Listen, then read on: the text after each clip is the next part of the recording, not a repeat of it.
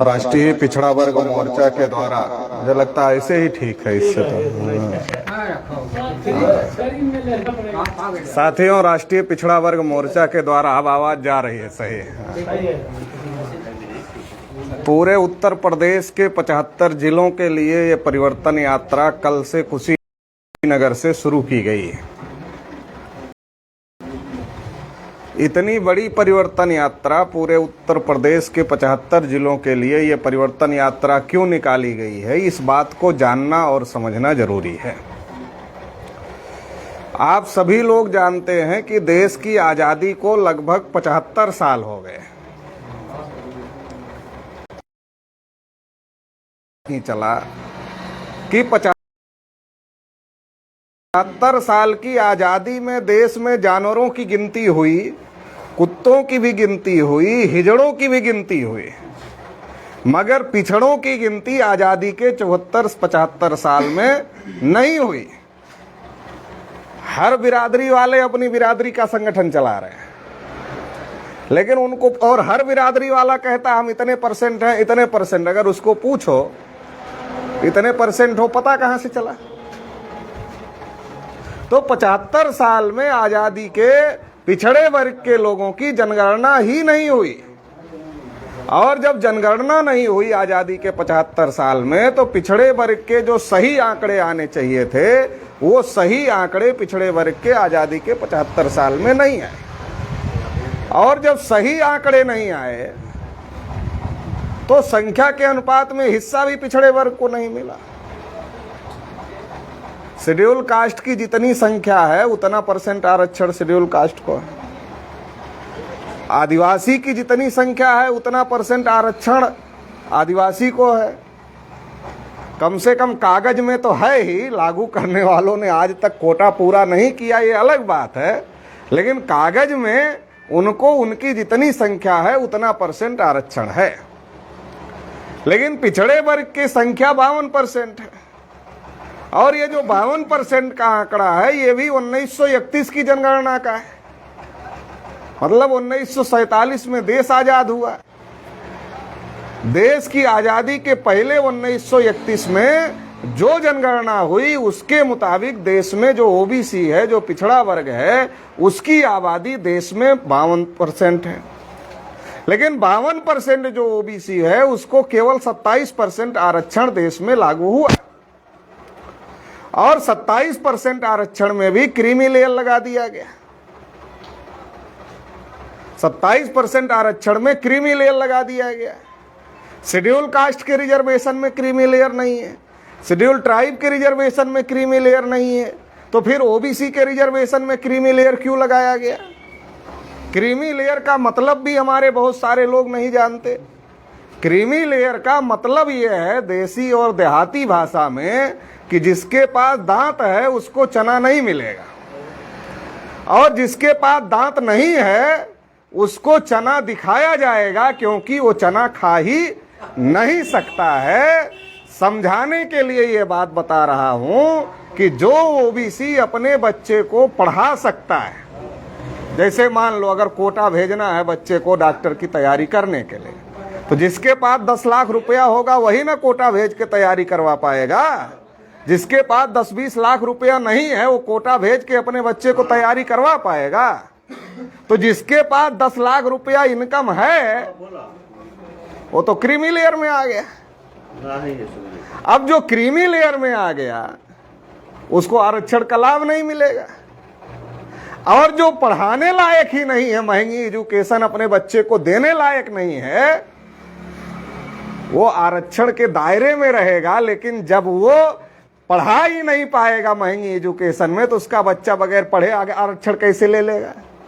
तो इसका मतलब यह है कि आरक्षण ऊपर से भी खत्म कर दिया गया, आरक्षण नीचे से भी खत्म कर दिया गया। मगर ये बात भी पिछड़े वर्ग के लोगों को पता नहीं है। पिछड़े वर्ग के लोगों को जब ये सारी बातें पता नहीं है, ये तो अभी की बातें हैं ना, इतिहास की बात थोड़ा है। 200 साल पहले की, 500 साल पहले की, 1000 साल पहले की, 2000 साल पहले की, 3000 साल पहले की बात नहीं है। ये तो अभी जो हमारे साथ हो रहा है वो बात है। लेकिन हम इसके बारे में भी जब जागृत नहीं है तो हम 200 साल पहले की, 500 साल पहले की, 1000 साल पहले की, 2000 साल पहले की, 3000 साल पहले की बात से कहां जागृत है।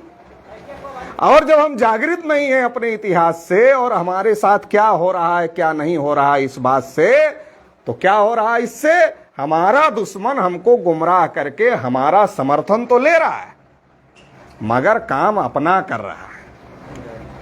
हमको गुमराह करके हमारा दुश्मन हमारा समर्थन तो ले रहा है मगर काम वो अपना कर रहा है, काम हमारा नहीं कर रहा है। हमको केवल और केवल इस्तेमाल किया जा रहा है। अगर आप देखोगे तो बजरंग दल उठा के देख लो, विश्व हिंदू परिषद उठाकर देख लो, सबसे ज्यादा लड़के अगर किसी के मिलेंगे उसमें किसके मिलेंगे, ओबीसी समाज के मिलेंगे। और क्यों मिलेंगे, कहेंगे धर्म की रक्षा करना है, धर्म की रक्षा करना है, मुसलमानों से देश को खतरा बहुत ज्यादा बढ़ गया है, यही ना कहते हैं। तो हमारा ये कहना है, अरे भाई धर्म में तुम कौन से पायदान पे हो, पहले ये तो समझ लो। रक्षा बाद में करना, पहले धर्म में तुम्हारा स्थान क्या है ये समझ लो। रक्षा कर लेना, अगर तुमको रक्षा करने लायक लगेगा तो रक्षा कर लेना, मगर पहले समझ तो लो क्या है। और मुसलमानों से खतरा कैसे, आजादी के 75 साल में एक भी मुसलमान देश का प्रधानमंत्री नहीं बना, बना हो तो नाम बता देना।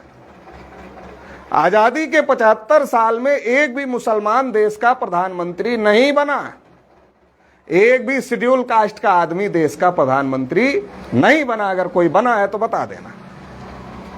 मुसलमानों की संख्या देश में लगभग 18% है, 18% वाला देश का प्रधानमंत्री नहीं बना, 15% वाला देश का प्रधानमंत्री नहीं बना।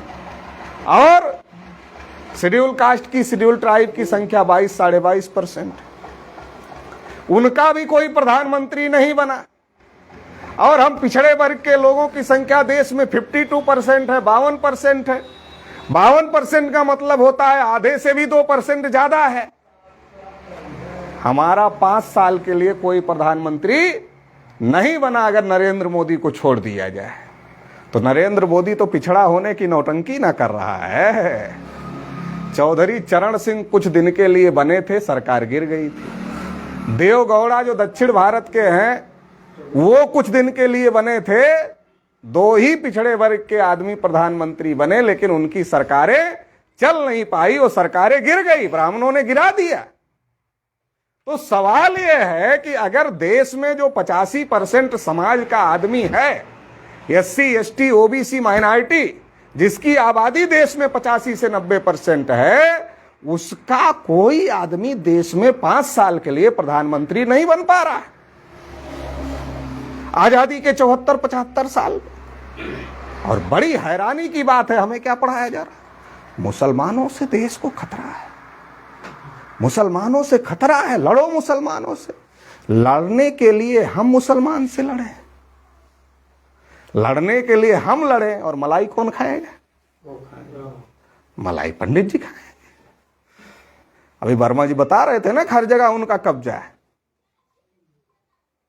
तो अगर हम भी हिंदू और ब्राह्मण भी हिंदू, तो कब्जा केवल ब्राह्मणों का कैसे हो गया। चलो उन्हीं की बात मान ले, उनकी बात मान ले, पंडित लोगों की बात मान ले कि भैया तो हिंदू हो, धर्म की रक्षा करना है, तो चलो मान लिया हमारे लोगों ने, और हमारे लोगों ने उनको समर्थन कर दिया। तो कब्जा कैसे ब्राह्मणों का हो रहा है, क्यों नहीं सबको मिल रहा है। इसका मतलब है कि हिंदू के नाम पर राजनीति हो रही है, हिंदू के नाम पर राजनीति हो रही है। वैसे भी हिंदू कोई धर्म नहीं है। रामायण पढ़ लो, ओबीसी के लोग बहुत पढ़ते हैं, महाभारत पढ़ लो, गीता पढ़ लो, वेद पढ़ लो, पुराण पढ़ लो, श्रुति पढ़ लो, स्मृति पढ़ लो, यही ना ग्रंथ हैं, इतने ही हैं। इनमें कहीं भी हिंदू नहीं लिखा है, जितना पढ़ लो आप, इसमें कहीं पर भी हिंदू नहीं लिखा है। ये हिंदू वजूद में ही नहीं था मुगलों के पहले। आइए सर, बैठिए आप लोग। ये वजूद में ही नहीं था। उन लोगों ने, मुगलों ने यहाँ के हारे हुए लोगों को हिंदू कहा। यहाँ के हारे हुए लोगों को हिंदू कहा, मुगलों ने कहा हारे हुए लोगों को हिंदू।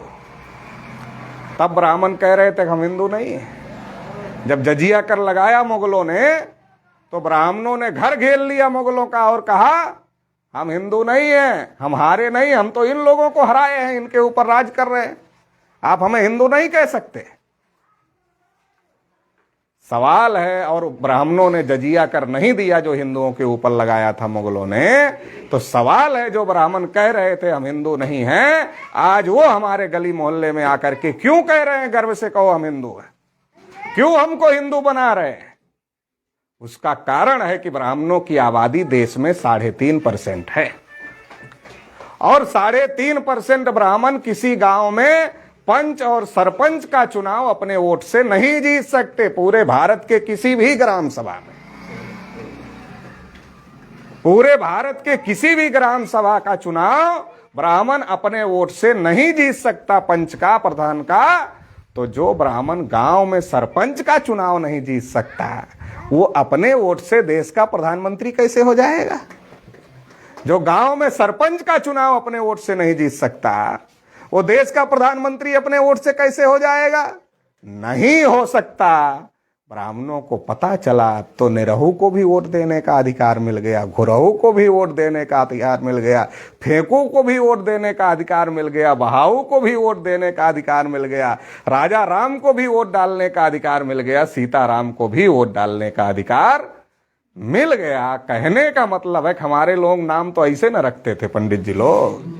आप पुराना नाम उठा के देख लो, कौन कौन सा नाम रखा है।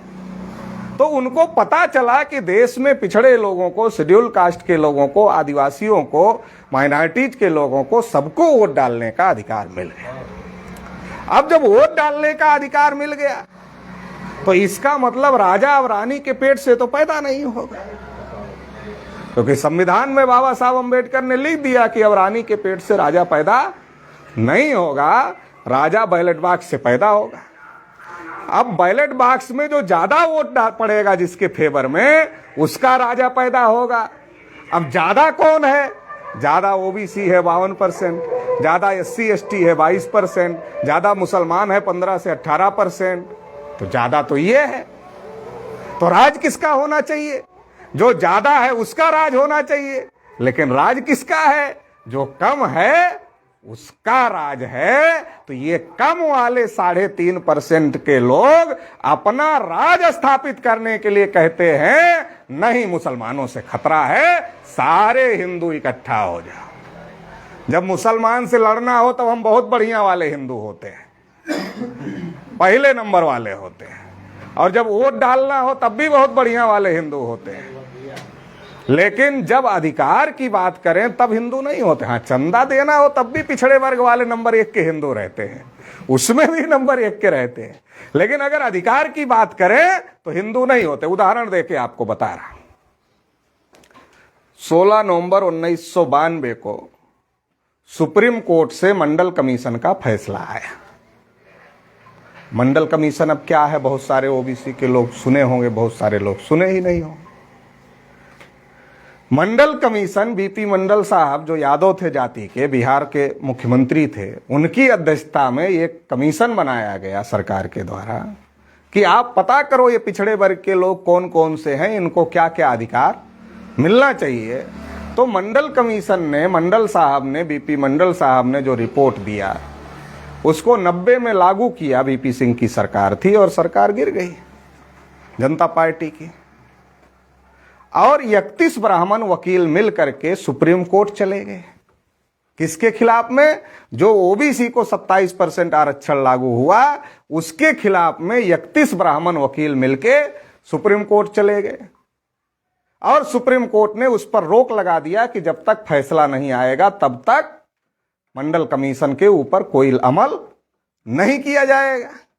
तो वो लड़ाई चली। लालू प्रसाद यादव जी पैसा लेकर के ढूंढ रहे थे कि कोई बड़ा वाला वकील मिल जाए। अब सुप्रीम कोर्ट में बड़ा वाला वकील तो हमारे तो है नहीं, तो लालू जी ढूंढ रहे थे कोई बड़ा वाला वकील मिल जाए, जितना भी पैसा लेना है ले ले, लेकिन ओबीसी की लड़ाई लड़े। एक भी बड़ा वाला वकील नहीं मिला जो इसकी लड़ाई लड़े। तो लालू जी बहुत दुखी हुए, तो राम जेठमलानी जी के पास में गए और राम जेठमलानी जी को कहा आप ही लड़ लो। तो राम जेठमलानी जी ने कहा लालू जी ये सिविल मैटर है, हम तो क्रिमिनल केस देखते हैं, हम ये तो देखते ही नहीं हैं। लालू जी ने कहा हम चाहते हैं कोई बड़ा वकील लड़े, और कोई बड़ा वकील पैसा लेकर के भी हमारी लड़ाई को लड़ने के लिए तैयार नहीं है, इसलिए आपका नाम बड़ा है तो कम से कम आप लड़ लो। भले ही आप सिविल मैटर नहीं देखते हैं, भले ही आप जो है क्रिमिनल मैटर देखते, लेकिन फिर भी आप जो है लड़ लो। तो ये लड़ाई चली, ये मुकदमा चला, और इसका फैसला 16 नवंबर 1992 को आया। और जब 16 नवंबर 1992 को इसका फैसला आया, तो सुप्रीम कोर्ट से जो फैसला आया 52% ओबीसी को 27% आरक्षण मिलेगा, लेकिन 27% में भी क्रीमी लेयर लगाया जाएगा। मतलब जो मिलेगा एक हाथ से दिया और दूसरे हाथ से ले लिया। मंडल कमीशन की बहुत सारी सिफारिशें थी, मगर उसको लागू नहीं किया गया। तो ये इतना बड़ा जो धोखा हुआ कि 52 को 27 मिलेगा और 27 भी एक हाथ से दिया दूसरे हाथ से ले लिया, तो जो इतनी बड़ी धोखेबाजी हुई, इसके विरोध में अगर ओबीसी के लोग समझते, जानते, सड़कों पर लड़ाई लड़ते, वो कहते भैया जब सबको जितनी संख्या है उतना हिस्सा मिला है, तो हमारी जितनी संख्या है हमको उतना हिस्सा क्यों नहीं मिलेगा? जिसको 52 रोटी की भूख है उसको 27 रोटी क्यों? सवाल है कि नहीं है भाई? शेड्यूल कास्ट की जितनी संख्या उतना आरक्षण, शेड्यूल ट्राइब की जितनी संख्या इतना आरक्षण। इसका मतलब जो संविधान बनाने वाले लोग थे वो इस बात को मानते थे कि जिसकी जितनी संख्या है उसकी उतनी हिस्सेदारी होनी चाहिए। ये संविधान बनाने वाले लोग मानते थे, तो उसी संविधान के तहत ओबीसी का आरक्षण लागू हुआ। तो 52 को 27 क्यों? ये सवाल खड़ा होता ना, अगर ओबीसी के लोग उसको जानते समझते तो। अब ये सवाल खड़ा होता तो पंडित जी को लगा कि 27 में ही खतरा है और ये 52 की लड़ाई लड़ेंगे तो बहुत बड़ा खतरा हो जाएगा। तो इनको इस लड़ाई से डिस्टर्ब करना होगा, डाइवर्ट करना होगा। जैसे मोबाइल है ना, अगर हम डाइवर्ट कर दें अपना नंबर आपके नंबर पे, तो कोई हमको कॉल करेगा तो आपके नंबर पे घंटी बजेगी, डाइवर्ट होता है ना। तो जैसे कॉल चल रही थी मंडल की लड़ाई लड़ने की, संख्या की, हिस्सेदारी की, लेकिन उसको ब्राह्मणों ने डाइवर्ट कर दिया। कहां डाइवर्ट कर दिया? अयोध्या में डाइवर्ट कर दिया, मंदिर के नाम पर डाइवर्ट कर दिया। रामलला हम आएंगे, मंदिर वही बनाएंगे। पिछड़े वर्ग के लोग जाकर के बाबरी मस्जिद 6 दिसंबर 1992 को गिरा दिए। 16 नवंबर 1992 को फैसला आया और 6 दिसंबर 1992 को बाबरी मस्जिद गिरा दिए। विनय कटियार, कल्याण सिंह, उमा भारती, परवीर तोगड़िया, ये सब कौन है? रितंभरा, ये सब पिछड़े वर्ग के लोग। इन लोगों ने जाके गिरा दिया, इनकी ये भी औकात नहीं है। आजादी की लड़ाई में भी अगर पिछड़े वर्ग के लोग, शेड्यूल कास्ट, शेड्यूल ट्राइब और माइनॉरिटी के लोग नहीं शामिल हुए होते, तो ये 3.5% ब्राह्मणों की औकात थी, अंग्रेजों को भगा देते। इनकी औकात नहीं थी। और जो आरएसएस वाले आज बहुत देशभक्ति बताते हैं ना, इनके थे कोई क्या आजादी की लड़ाई में? इतिहास निकाल के देख लो, इनके कोई थे? अंग्रेजों के खर्चे पे जिए वो, अंग्रेजों के खर्चे पर जिए वो, अंग्रेजों की दलाली करते रहे जीवन भर उनके लोग। तो मेरे कहने का मतलब है लड़ाई तो हम ही लोग लड़ते हैं, लेकिन अपने लिए कब लड़ेंगे? सवाल तो ये है ना। लड़ते तो हैं लड़ाई, लेकिन अपने लिए कब लड़ेंगे? लड़े तो बाबरी मस्जिद गिराया हम लोगों ने, मंदिर बन गया है, बन रहा है, अब बन रहा है, ट्रस्ट बनाया गया। एक भी ओबीसी को ट्रस्ट में रखा क्या? चलो विकास पटेल तो बहुत विरोध में बोलता है, उनके तो हमारी इच्छा भी नहीं है, हम रहना भी नहीं चाहते उसमें। लेकिन विनय कटियार तो उन्हीं के साथ है ना, वो तो अच्छे वाले हैं, बढ़िया वाले हिंदू हैं। कल्याण सिंह हैं, उमा भारती हैं, रितंभरा हैं। कल्याण सिंह अभी चले गए, लेकिन जब ट्रस्ट बना तब थे। तो जो लोग हैं जिन लोगों ने बाबरी मस्जिद गिराई उनको ट्रस्ट में क्यों नहीं रखा, सारे के सारे ब्राह्मणों को क्यों रखा? इसलिए कि पिछड़े वर्ग का इस्तेमाल करो हिंदू के नाम पर और इनको फेंक दो। अगर मंडल कमीशन की लड़ाई पिछड़े वर्ग के लोग लड़ते तो हर जगह 52% नौकरियां पिछड़े वर्ग के लोगों को मिलती। अगर हर जगह 52% नौकरियां मिलती तो हमारे करोड़ों बच्चे नौकरी में गए होते। लेकिन हमारे करोड़ों बच्चे जो नौकरी में जाते वो चली गई करोड़ों नौकरियां पंडित जी लोगों के पास में। करोड़ों नौकरियों को छोड़कर मंदिर की लड़ाई लड़े और मंदिर की लड़ाई लड़े और मंदिर पर भी पंडित जी लोगों ने कब्जा कर लिया। करोड़ों नौकरियों पर भी कब्जा कर लिया और मंदिर पर भी पंडित जी लोगों ने कब्जा कर लिया। तो हमें समझने की जरूरत है हम कहां खड़े हैं। हमें समझने की जरूरत है पिछड़े वर्ग के लोगों को हम खड़े कहां हैं और हम करना क्या चाहते हैं। एक तरफ हमारे बच्चों का शिक्षा है, रोजगार है, हमारे हक अधिकार है, हमारी जमीनें हैं जो छीनी जा रही। दूसरी तरफ हम केवल जिंदाबाद जिंदाबाद जिंदाबाद, कोई यादव के विरोध में, कोई कुर्मी के विरोध में, कोई मौर्य के विरोध में, कोई अलग अलग विरोध में, हम किसी ना किसी के रिएक्शन में फायदा किसको पहुंचा रहे हैं? ब्राह्मणों को फायदा पहुंचा रहे हैं, जो कि बहुत गलत बात है। हम रिएक्शन में मुसलमानों के विरोध में हमको भड़काते हैं, वो भड़काने वाले वो हैं, भड़कने वाले हम हैं। अब जब 27 में से 6% भरा गया तो कितना परसेंट यादव खा लिए भाई? है बात की नहीं बात है। लेकिन भड़काया जा रहा है ना, कुर्मी में, प्रजापति में, निषाद में, राजभर में, चौहान में भड़काया जा रहा है कि नहीं भड़काया जा रहा है? मौर्य में कि भैया सब यादव ले ले। पुलिस में कुछ हाई स्कूल पास करके, इंटर पास करके हो गए तो आप जब सड़क पे निकलो सुबह तो देखो कितने यादव के लड़के सुबह दौड़ते हैं रोड पे। अब आप उसमें देखो कितने प्रजापति दौड़ते हैं, कितने कुर्मी दौड़ते हैं, कितना मौर्य दौड़ते हैं, कितना चौहान दौड़ते हैं, कितना राजभर दौड़ते हैं। आप देखो, निकालो रेशियो। दूसरी बात आप सर्वे कर लो, चौहानों के गांव का सर्वे कर लो, निषादों के गांव का सर्वे कर लो, प्रजापति के गांव का सर्वे कर लो और जातियों के गांव का सर्वे कर लो। ग्रेजुएट मिलेंगे क्या? कई गांव में एक ग्रेजुएट नहीं मिलता। अरे भैया पढ़े बगैर आरक्षण मिलेगा क्या? पढ़ोगे तभी ना नौकरी मिलेगी। लेकिन इसको भड़काया गया। चलो अब उनकी ही बात मान लेते हैं। अगर ऐसा हुआ तो क्या देने लेने वाले ये लोग थे?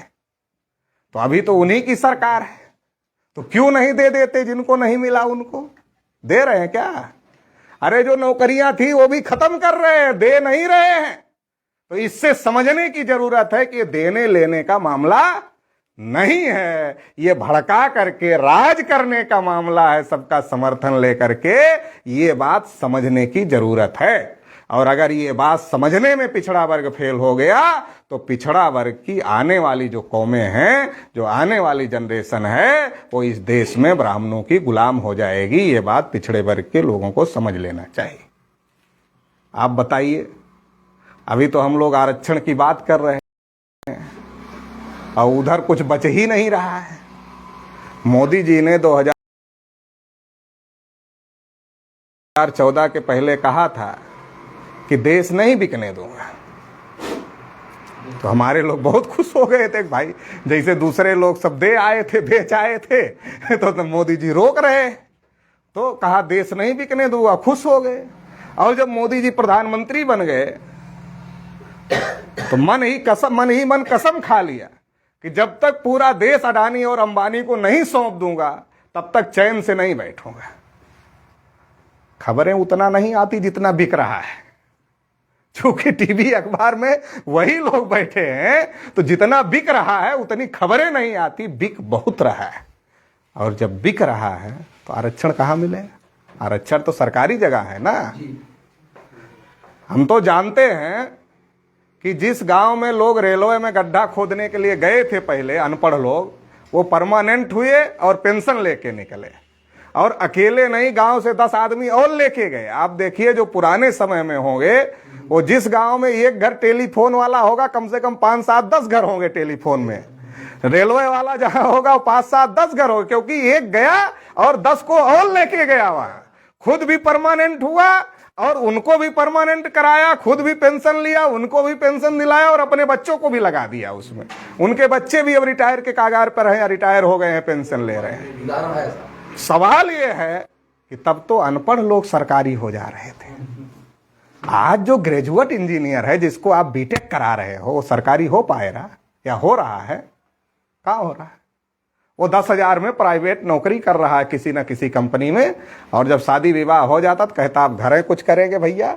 जब तक शादी वादी नहीं हुई रहती तब तक इंजीनियर साहब वहाँ है, फलाने जगह है, और जब हो जाता तो भैया आप कुछ घरें करेंगे, अब नहीं रहेंगे वहाँ। है कि नहीं है? सही बात जो है।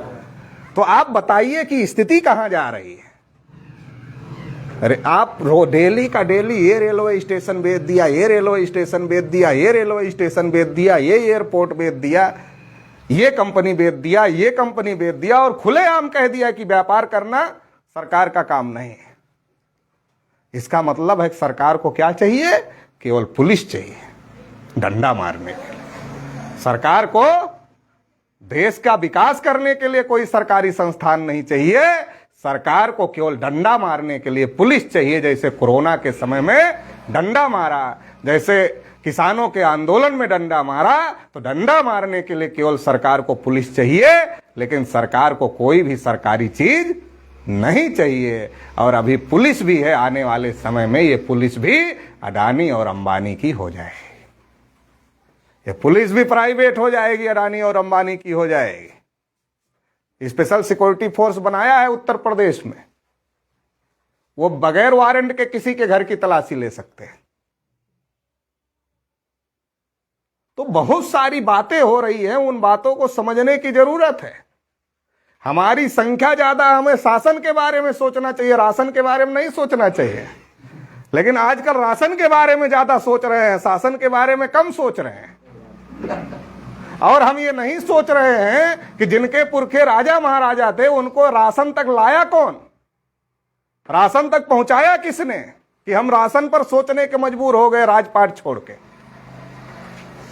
बाबा साहब अम्बेडकर ने तो संविधान में व्यवस्था दे दिया कि आप राजा बन जाओ, आपका वोट ज्यादा है, और जिसका वोट ज्यादा है वो राजा बनेगा।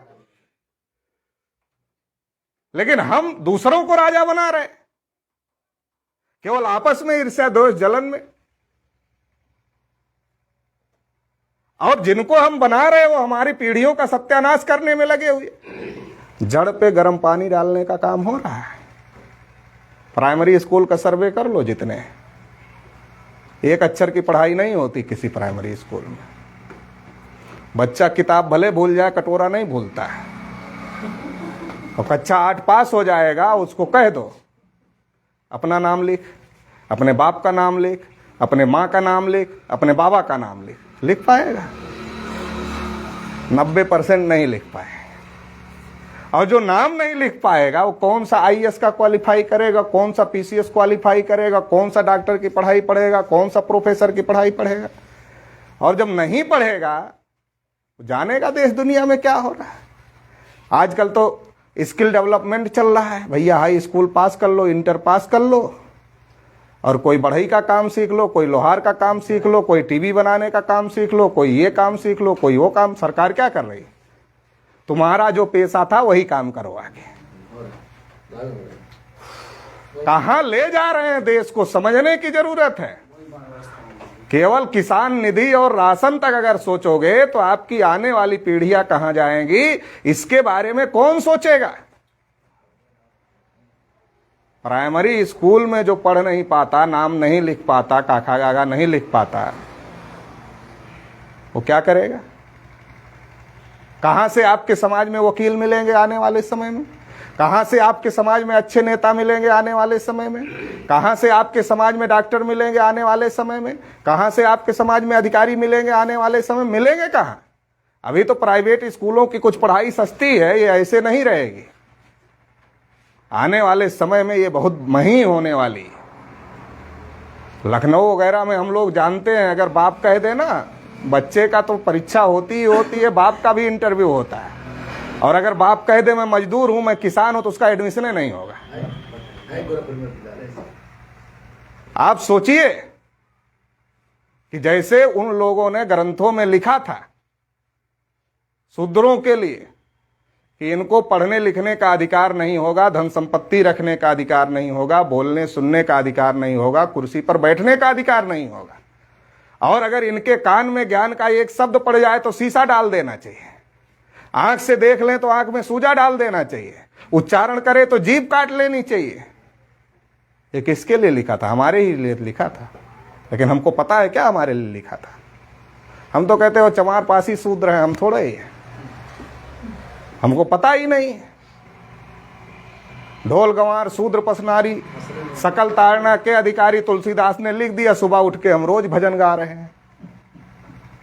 हम कर क्या रहे हैं? हमको सोचना पड़ेगा ना कि हम कर क्या रहे हैं और किसके लिए कर रहे हैं। हम जो कर रहे हैं उससे फायदा किसको हो रहा, नुकसान किसको हो रहा है? पिछड़े वर्ग के लोगों को ब्राह्मणों ने शूद्र बनाया, शेड्यूल कास्ट के लोगों को शूद्रों से भी भगा दिया, अछूत बना दिया, वहां से भी नीचे गिरा दिया। और शूद्रों को कहा सेवा करो, यादव है तो दूध देगा, कुर्मी है तो अनाज देगा, मौर्या है तो सब्जी देगा, नाई है तो दाढ़ी बाल बनाएगा, प्रजापति है तो बर्तन बना के देगा, लोहार है तो लोहे का सामान देगा, बढ़ई है तो लकड़ी का सामान बना के देगा, कहार है तो पानी भरेगा, डोली ढोएगा, निषाद है तो नाव पार करेगा। कर रहे नहीं कर रहे थे? कहा सेवा तुम्हारा धर्म है, सेवा करो। शूद्रों का धर्म क्या है? सेवा करो, और सेवा के बदले में कोई इच्छा मत करना। इच्छा कर दोगे तो ऊपर का रास्ता तो बड़ा कठिन हो जाएगा। एकदम इच्छा मत करना सेवा कर, मजदूरी करना, मगर मजदूरी मिले इसकी इच्छा बिल्कुल मत करना।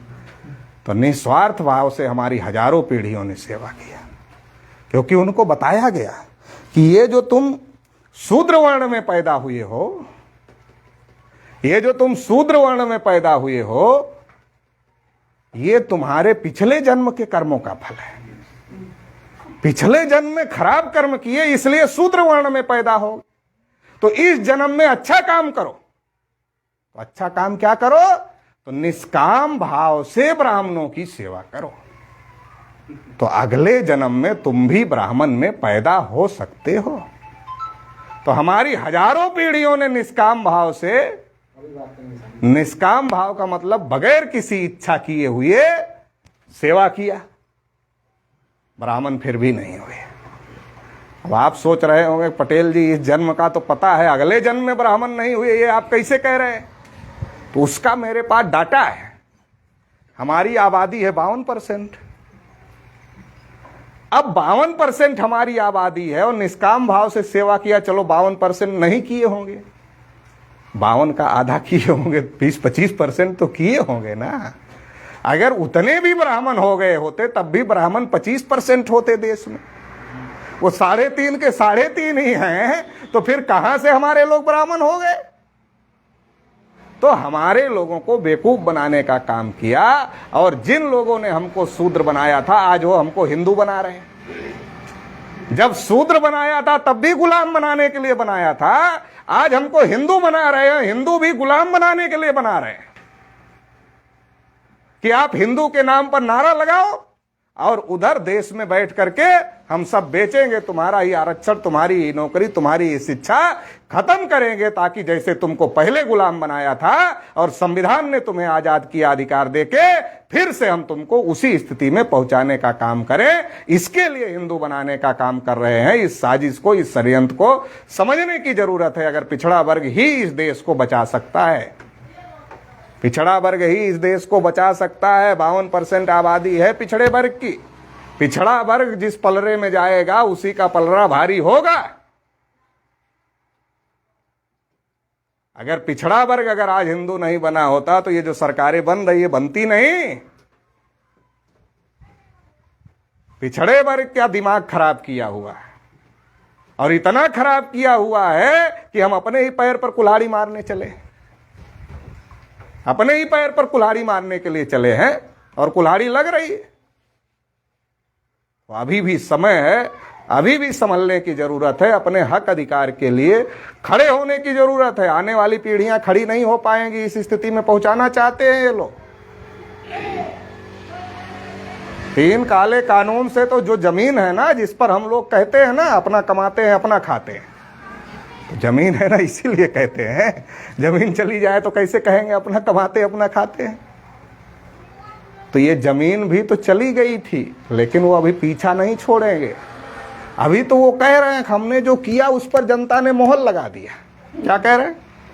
हमने जो बुलडोजर चलाया, हमने जो पिछड़ों का फर्जी एनकाउंटर किया, हमने जो आरक्षण घोटाला किया, हमने जो जो गलत किया उस पर जनता ने मोहर लगा दिया। इसलिए अब हमको क्या दिक्कत, हम और 10 गुना गलत ज्यादा काम करेंगे। कह रहे हैं नहीं कह रहे हैं? आप बताइए, ये कोई अच्छी बात है कि साला मुख्यमंत्री के कार्यक्रमों में बुलडोजर जाके खड़ा हो जाता है? मतलब ये कोई सभ्य काम है? न्यायपालिका की जरूरत है क्या जरूरत भाई? आप ही बुलडोजर चलाते रहो। तो ये जो स्थिति है, ये सारी स्थिति हम ही लोग बदल सकते हैं। और इसमें जो ईवीएम का रोल है वो भी बहुत बड़ा रोल है, उसको भी हम लोगों को समझने की जरूरत है। इसलिए ईवीएम को लेकर के भी हम लोग आंदोलन कर रहे हैं। अभी 22 तारीख को देश भर में धरना प्रदर्शन किया हम लोगों ने। 18 अप्रैल को रैली प्रदर्शन पूरे देश भर में करेंगे और 25 मई को भारत बंद करने जा रहे हैं। तो ये लड़ाई लड़नी पड़ेगी। जिनको समझ में आ गया उनको बोलना पड़ेगा, दूसरों को समझाना पड़ेगा। अब ये चुप रहने का समय नहीं है। जो जाहिल हैं उनको तो उन लोगों ने बददिमाग कर ही लिया है, उनका दिमाग खराब कर लिया है। उनका दिमाग भी जो हमारे समाज के पढ़े लिखे लोग हैं उनको ठीक करना पड़ेगा, उनको समझाना पड़ेगा। और अगर हम लोग अभी भी नहीं समझाएं तो फिर हमारी आने वाली पीढ़ियां गुलाम हो जाएंगी। राष्ट्रीय पिछड़ा वर्ग मोर्चा इस मकसद से परिवर्तन यात्रा निकाला है कि हम किसी के अधिकार पर कब्जा नहीं करना चाहते। हम तो किसान हैं। हम लोग जब फसल बेचते हैं, जैसे मान लो गेहूं बेच रहे हैं, तो पहले गेहूं तौल देते हैं, फिर कहते थोड़ा और ले लो, कम ना हो। कहते हैं कि नहीं कहते? आप सभी लोग जानते हैं, आप सभी लोग गांव में बेचते होंगे। कहते हैं कि नहीं कहते? तो हम कब दूसरे के हक पर कब्जा करना चाहते हैं? हम दूसरे के हक पर कब्जा नहीं करना चाहते, लेकिन आजादी के 75 साल में हमारे हक पर डाका डाला गया। इसके लिए खड़ा कौन होगा? इसके लिए तो हम ही को खड़ा होना होगा। अगर हम नहीं खड़े होते हैं तो हमारी आने वाली पीढ़ियां हमको माफ कैसे करेंगी? कि जब देश में लड़ाई चल रही थी हक अधिकार की, तो हमारे जो पुरखे पूर्वज थे वो सोते रहे। एक समय तो जब संविधान सभा में लड़ाई चल रही थी तब तो हमारे लोगों ने गलती किया गांधी और नेहरू को साथ दे करके।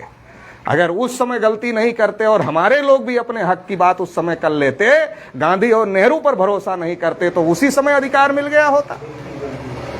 तो उस समय गलती किया और अगर आज फिर गलती करेंगे तो आने वाले समय में बहुत ज्यादा इसका भयानक परिणाम आने वाली पीढ़ियों को भुगतना पड़ेगा। इसलिए राष्ट्रीय परिवर्तन मोर्चा अभी उत्तर प्रदेश, राष्ट्रीय पिछड़ा वर्ग मोर्चा उत्तर प्रदेश के 75 जिलों में जा रहा है और हर जिले में जाकर के अलग अलग मीटिंग लेके, कार्यक्रम लेकर के हम लोग इस बात को समझा रहे हैं लोगों को कि अब ये जो लड़ाई है, ये लड़ाई सबके हक अधिकार की है। सबकी गिनती कर लो, जिसकी जितनी संख्या है, विधायिका में उतना दे दो, सांसद और विधायक में उतना दे दो, जिसकी जितनी आबादी है उतना दे दो, कार्यपालिका में नौकरियों में उतना दे दो, न्यायपालिका में हाई कोर्ट और सुप्रीम कोर्ट में कोई आरक्षण नहीं है, कोई परीक्षा नहीं होती है, मनमानी जज बन जाते हैं, कोई परीक्षा नहीं है। जिसको जज बनाना चाहे, मिश्रा जी मान लो बैठे हैं, तो दुबे जी ने मिश्रा जी को टेलीफोन किया कि अरे मिश्रा जी, हमारा एक भतीजा है, थोड़ा देख लीजिएगा। तो मिश्रा जी ने उसको हाई कोर्ट का जज बना लिया। और जब दुबे जी का नंबर लगा तो मिश्रा जी ने फोन कर दिया कि हमारा एक भांजा है, दुबे जी थोड़ा देख लेना। तो मिश्रा जी ने दुबे जी के भतीजे को बना दिया और दुबे जी ने मिश्रा जी के भांजे को बना दिया। तो हाई कोर्ट और सुप्रीम कोर्ट में मिश्रा जी और दुबे जी ही दिखते हैं और दूसरा कोई नहीं दिखता। जिनके बारे में बहुत हल्ला मचा रहे हैं ना, यादव सब खाली है। ढूंढो तो हाई कोर्ट सुप्रीम कोर्ट में जाकर के कितने हैं, गलती से भी नहीं मिलेंगे। ब्राह्मणों ने और ऊंची जातियों ने, क्षत्रियों तक का नहीं है परसेंटेज, दूसरे की तो बात छोड़ दो। ब्राह्मणों ने अनियंत्रित कब्जा किया है, विधायिका पर कब्जा किया है, कार्यपालिका पर कब्जा किया है, न्यायपालिका पर कब्जा किया। क्लास 1 क्लास 2 की नौकरियों पर 80% से ज्यादा कब्जा है और उसके बाद भी 10% आरक्षण ले लिया और हमारे महान नेताओं ने उसका समर्थन भी कर दिया। पिछड़े वर्ग और शेड्यूल कास्ट के महान नेताओं ने, इतने महान नेता हैं हमारे समाज में कि अपनी 52 की मांगने की तो औकात नहीं है, और दूसरे के 10 की समर्थन कर रहे हैं। जिसका 80% कब्जा है उसके 10 की और वकालत कर रहे हैं, और हमारा जो है 52 को 27 मिल रहा है, तो 52 मांगने की औकात नहीं है, ना उसको लागू करवाने की औकात। उनका क्रीमिलियर 8 लाख रुपए उनका क्रीमिलियर 8 लाख रुपया कर दिया, हमारा 5 लाख। तो ये जो सारी स्थिति है, ये सारी स्थिति लोगों तक पहुंचाना पड़ेगा। वो लोगों तक टीवी और अखबार के माध्यम से पहुंचा रहे हैं, वो लोगों को तक अपनी बात टीवी और अखबार के माध्यम से पहुंचा रहे हैं, झूठ पहुंचा रहे हैं, लेकिन जो पहुंचेगा वही ना आदमी मानेगा। तो हम अगर अपनी बात नहीं पहुंचा पाएंगे तो हमारे पास तो मीडिया है नहीं, क्योंकि मीडिया पर भी उनका कब्जा है।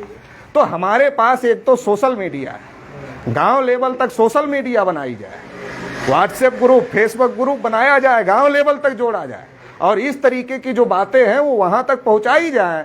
दूसरा, गांव गांव छोटी छोटी मीटिंगें करके 10 लोगों को बिठा के, 20 लोगों को बिठा के, 5 लोगों को बिठा के ये सारी बात समझाने की जरूरत है। और इन सारे मुद्दों को अगर हम समझाते हैं तो ऐसा नहीं कि लोग नहीं समझ रहे हैं, लेकिन हमको समझाने की जरूरत है। अगर हम समझाते हैं तो आने वाले समय में राष्ट्रीय पिछड़ा वर्ग मोर्चा के माध्यम से बहुत बड़ी लड़ाई चल रही है। उस लड़ाई में आप लोगों की भी सहभागिता होनी चाहिए, यहाँ के लोगों की भी सहभागिता होनी चाहिए।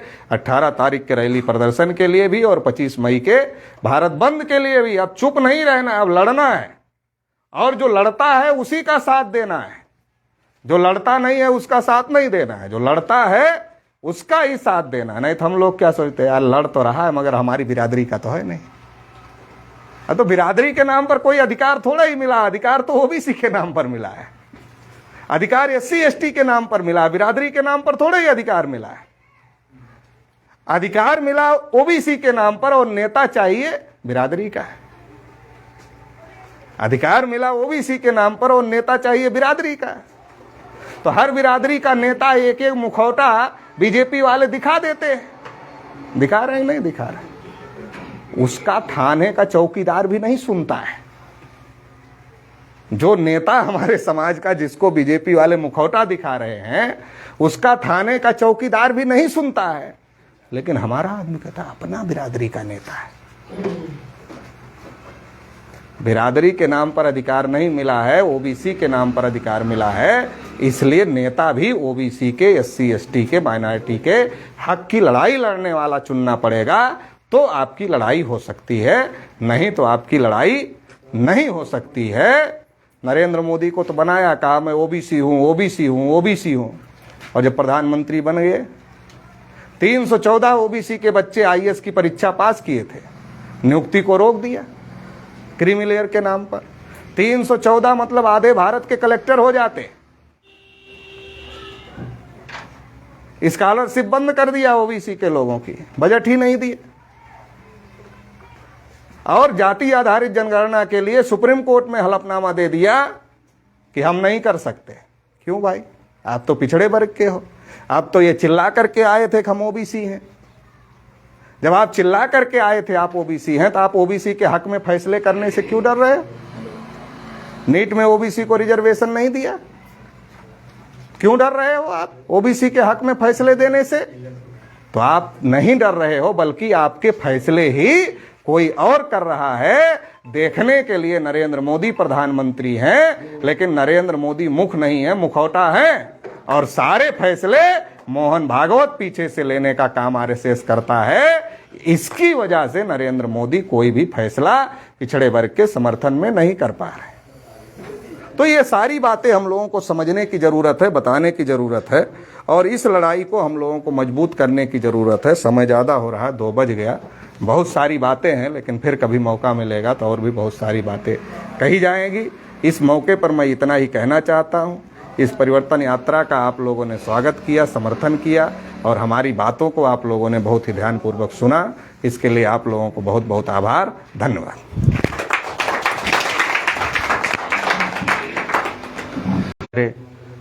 अभिभावकगण व हमारे रहनुमा, हम क्या कहें, हमसे ज़्यादा इन लोगों ने कह दिया।